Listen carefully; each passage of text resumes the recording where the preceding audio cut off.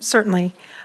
Governor Lee, Lieutenant Governor McNally, Speaker Sexton, Secretary Hargett, Treasurer Lillard, Here. Comptroller Mumpower, Commissioner Bryson.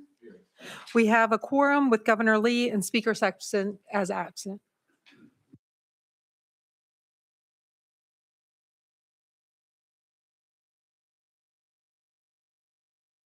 Is that right? Yes, sir, and there have been no requests for public comment. I would like to request approval of the consent agenda items 1 through 10, which have been reviewed and recommended for approval by commission staff. So moved. Proper motion, properly seconded, discussion. Hear none, all in favor say aye. Opposed nay, you adopt. And number 2 on the agenda, Our next item is for the University of Tennessee, and we have Associate Vice President Austin Oakes here to present this item.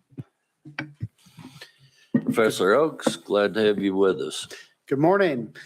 Lieutenant Governor, members of the commission, the University of Tennessee has one item for your consideration today. Our request is on page 4, and this is for the approval of a pre-development agreement with waiver of advertisement associated with the National Security Prototype Center project in Oak Ridge. The university and Consolidated Nuclear Security have agreed to collaborate on the development of this exciting project. This pre-development agreement with Lawler Wood NSPC LLC, the developer, will enable the continued planning of a project through the completion of design. Ultimately, Lawler Wood will build and operate the facility. UT subsequently plans to seek your approval along with that of the Tennessee State School Bond Authority to enter into a lease agreement with Roane County NSPC LLC. This is the entity of the Roane County Development Board that will finance, own, and ultimately lease space within the National Security Prototype Center to UT and to CNS. The university will ultimately lease approximately 1/3 of the building. CNS will lease approximately 1/3 of the building, leaving 1/3 as common space.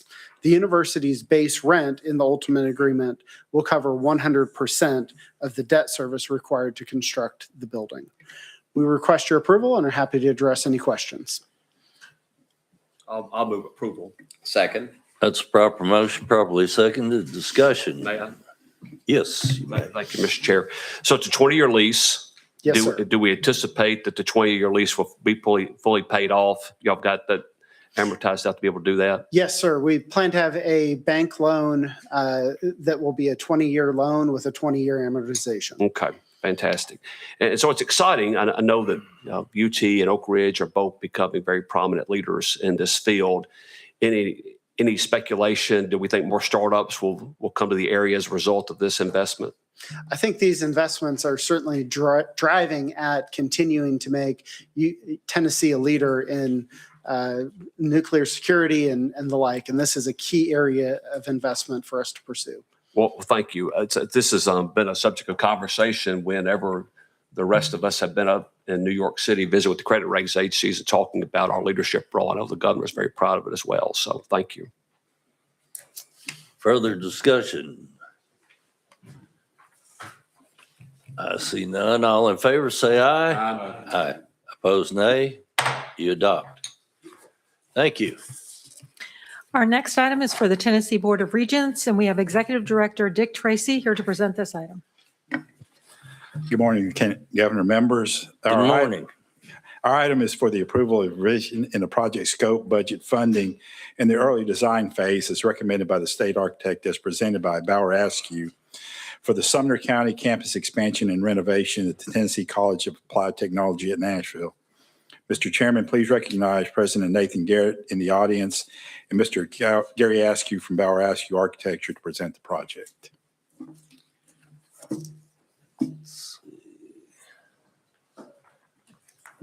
Thank you very much. I'm Gary Askew with Bauer Askew Architecture, and thank you for the opportunity to present today. The TCAT Nashville Sumner County campus is located in Portland, Tennessee, just north of Nashville, just south of Portland. The site is on South Broadway, which is Highway 109. You can sort of see here the existing building that was received from the county school system, and the site was sort of dominated by a floodway in the upper north corner.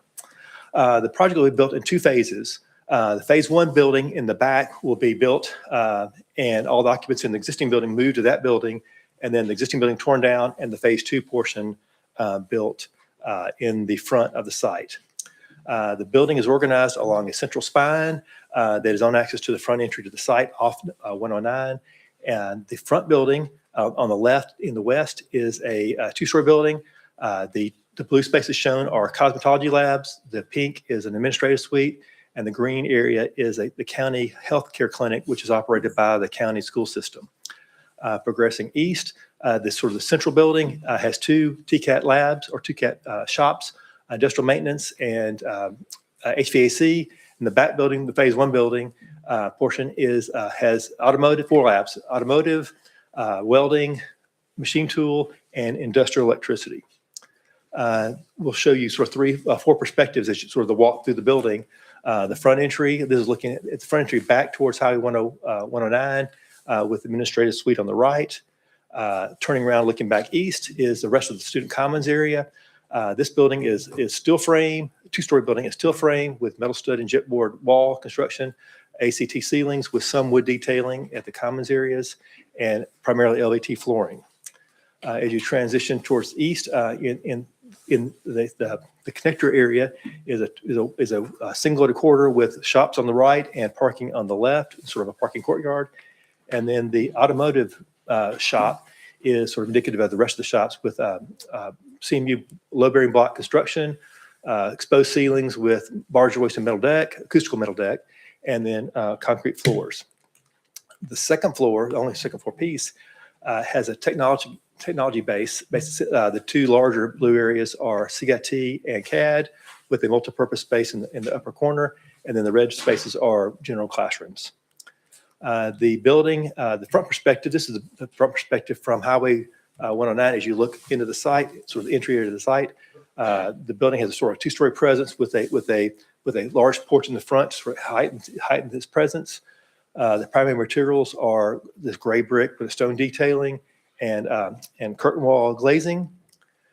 This is sort of the back at the sort of parking courtyard area. You can sort of see the transition from the 2-story building to the 1-story shop-based areas. It has the same palette of exterior materials with the addition of metal siding and metal panels. Rising above Highway 101, you can sort of see the perspective at the front.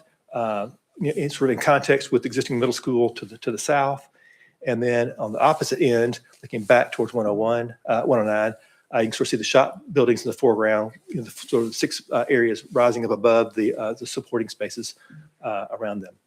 The project is, assuming you approve that what was presented, the project is in budget at just under $38.5 million. It is anticipated to start in May 21st, which is the day after the middle school gets out, and with the Phase 1. And then the completion of Phase 1, Phase 2 would take about 26 months and would have substantial completion in July of 2028. Motion on the item. Second, That's a proper motion, properly seconded. Discussion? if I may. Yes. Thank you, Mr. Mr. Chairman. Mr. Askew, once again, beautiful design. Thank you. And it's also great to have one of the principals of a firm come to present. It tells you how important it is to your firm. Oh, it is. And you recognize the importance of the community. Leader Lamberth has been a persistent advocate of this project. And I was talking to him the other night. He was really excited about the design as well. And I know he and the people in that community are excited. I'm sure Senator Hale has bent your ear Right. on multiple occasions as well, but just want the record to reflect the support of those 2 individuals for this project, and congratulations. Thank you. Appreciate it. Further discussion? See none. All in favor, say aye. Opposed, nay. You adopt.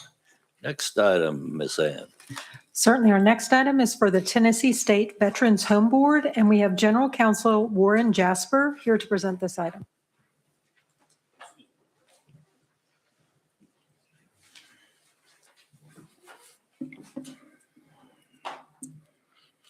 Good morning, Lieutenant Governor and members of the commission. Good morning. Both General Baker and the Executive Director, Mr. Harries, asked me to extend their regrets. They couldn't be in attendance to present this item. There is one item for your consideration and approval today on page 6 of this agenda.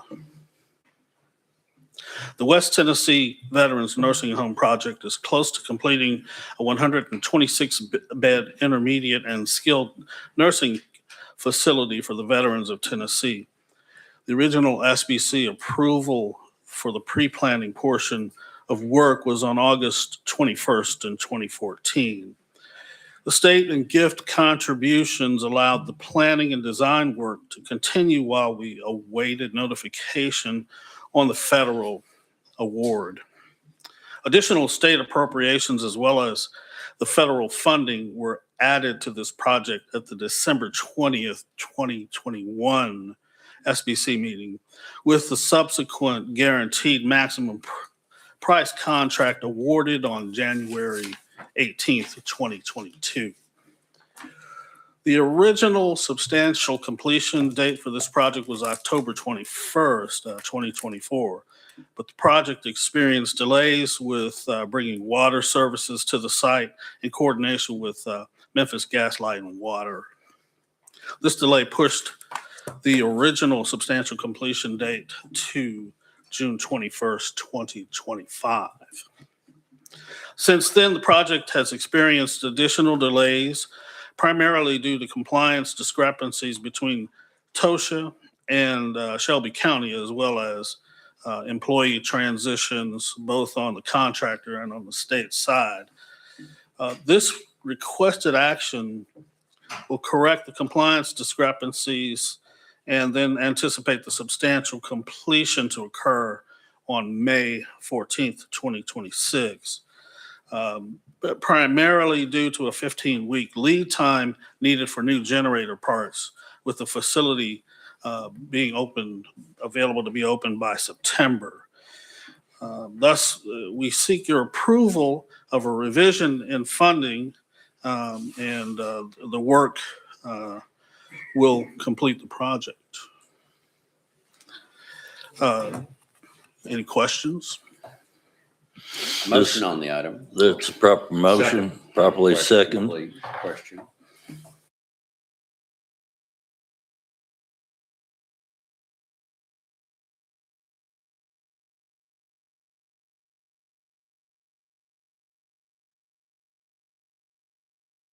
Health of all the veterans' homes statewide and how they're really interconnected.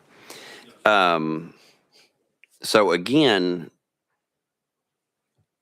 let me make sure I understand. When would you anticipate the home to be finished, and when do you anticipate you could accept the first resident?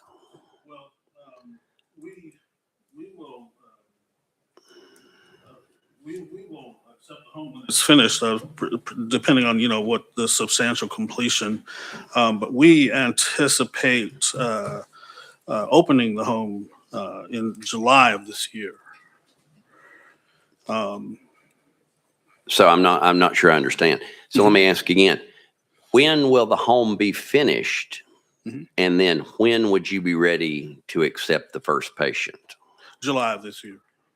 It would both be finished and you'd be ready to accept the We- first patient in July of this We year. would be ready to accept the first patient in September, is more likely. Yes. Okay, so if this project is approved today and moves forward as scheduled here, you would expect that to be finished in July with the first patient being able to move in September. Correct. All right. So if the first patient moves in September, how long would you anticipate that it would take to fill the homes? We anticipate 18 to 24 months to fill the homes. That's based on past experience with our other new homes. Right. And this is, for people watching, a network of different homes. It's not all one big facility. It's a network of homes. And I guess you'd fill those one at a time until they were at maximum capacity. Is that right? That's the plan. The ramp up would make certain that we have the staffing and expertise available to open one single houses at a time and provide safe residency and care for the residents who are admitted. Yeah. I know in the past, in past history, as you've had a new home like this come online, you've needed to set aside about $2 million at least to open the home. Is that the amount you anticipate being needed to be set aside for this project? And do you have that money, and is it set aside? Or if it's more or less, how much do you anticipate needing? I stopped by our CFO, essentially, his office yesterday. And he informed me that we have 1 to 2 million available in reserve, which is similar to the process that we used, and similar amounts that we reserve for other buildings that we've built recently. Yeah. So you have 1 to 2 million, some amount between 1 and 2 million available. We have 1 million available. That is the plan. I think that he's looking at contingencies, and that's the figure he gave me. He's looking at contingencies. You know, as we discussed in the funding board meeting, there are a lot of contingencies out there network wide. Yes. We have a $10 million need for an HVAC system at one of the homes existing. I don't feel a lot of confidence when you say you have somewhere between 1 and 2 million available and there are contingencies. So we may need to continue to talk about that. I'm not going to make a judgment on this project today per se, but I will say that we need to continue to talk about that. Sooner rather than later. Sooner rather than later. Thank you, Governor. I have questions along the same lines. First of all, I want to thank you for being here and for making this presentation. But I wish you had somebody, your financial officer or CEO here, that would be very helpful because as the comptroller mentioned in the funding board meeting, several of us were in that meeting. We had some similar questions. So here's what I would like to ask you maybe to do, if you don't mind. Maybe before I do that, let me ask Ann. Ann, when will we have them back before us at any time in the future? We should not have them back at any time in the future for this project in For front this of this okay. body. Okay, thank you. So a couple of things that But I can coordinate with them to get information and share it with the membership. I would like some information. There's a couple of things I'd like for you all to provide, if you don't mind. At the funding board meeting, one of the things I asked for was a plan for Clarksville. The comptroller mentioned that this is a system, and it is. And Clarksville is the area, the one that needs the 10 million HVAC system, and 2 is built in such a way that it can't be cash flow positive. And so those 2 things are a strain. I'm concerned, or a strain on the system at a time when you're also trying to open a new home where you're going to have, I think what you said was $2 million, or I think comptroller said was $2 million in losses to get it up and going. So there's a lot of financial things going on. So what I would also like to see is I would like to see a pro forma of what you expect over the next at least 3 years, how we address these things, with how we address Clarksville in a way that makes sense, and how we address how the whole system is going to be financially viable over the next 3, maybe 5 years, what you expect. And I know there are a lot of variables, but if you can put together what you all expect to happen, that would be very helpful in helping me to understand. I'm actually on the board, and so I'd really like to understand how this organization is going to go forward and continue to serve our veterans for a long time to come. So if you guys could work on that for me, I would really very much appreciate it. Yes. And I really would like to get it the next couple of weeks. Yes. If you need some more time on the Clarksville thing, I understand, but I want to know that we're moving forward. Yes, Commissioner. Okay, thank you. Yes.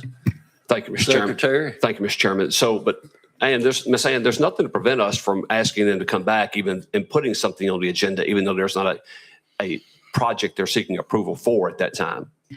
Absolutely. So if we want to have them back at the executive sub, we want to have them back the next month, the State Building Commission, we can certainly do that. Or the funding board. You just tell me what you want to do and we will make it happen. And if you'd like to have them at the building commission or the funding board or the executive subcommittee meeting sometime before June, we can certainly note that and help coordinate that for them. Well, I'm not going to make a motion. I tell you what, let's yeah, you get your information back that you've requested today. Let's get that sent to us. If we got further questions, then let's get on the agenda. Mr. Chairman. Very good. Mr. Chairman. Yes. So here's the situation that I feel like we're in today.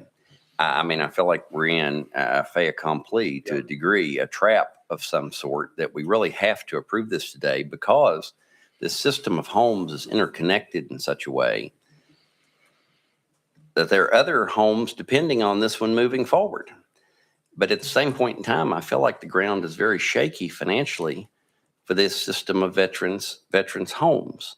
So, Mr. Chairman, I renew my motion to approve the item today, but we've got to follow up on this, as been indicated, very soon. Further discussion? I see none. If you could provide that information to us in the next week, if possible, and we'll have a discussion about whether to call them back at an executive sub or the next meeting or funding board. Yeah, Absolutely, Governor. and if you send it to me, I'll make sure everybody gets it. Yes, absolutely. All in favor, say aye. Aye. Opposed, nay. You adopt. Hey, you want to recognize Chase's kids? Yeah. Thank you. We have two young people in the audience with us that are serving as pages. They're, Best dressed guys in the room. yeah. You want to stand up and let us recognize you?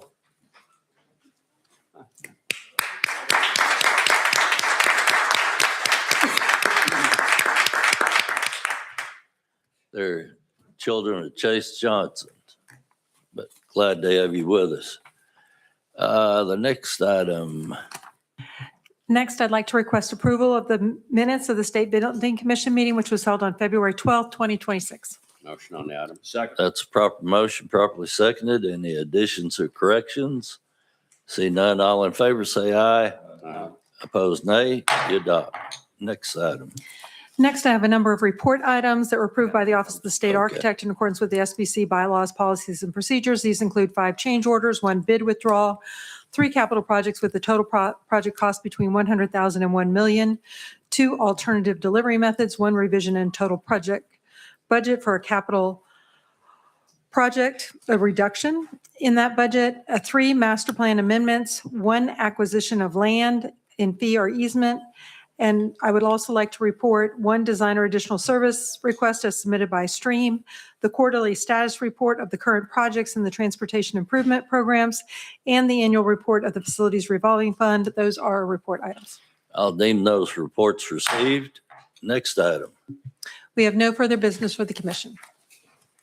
Without objection, we stand in adjournment. Thank you.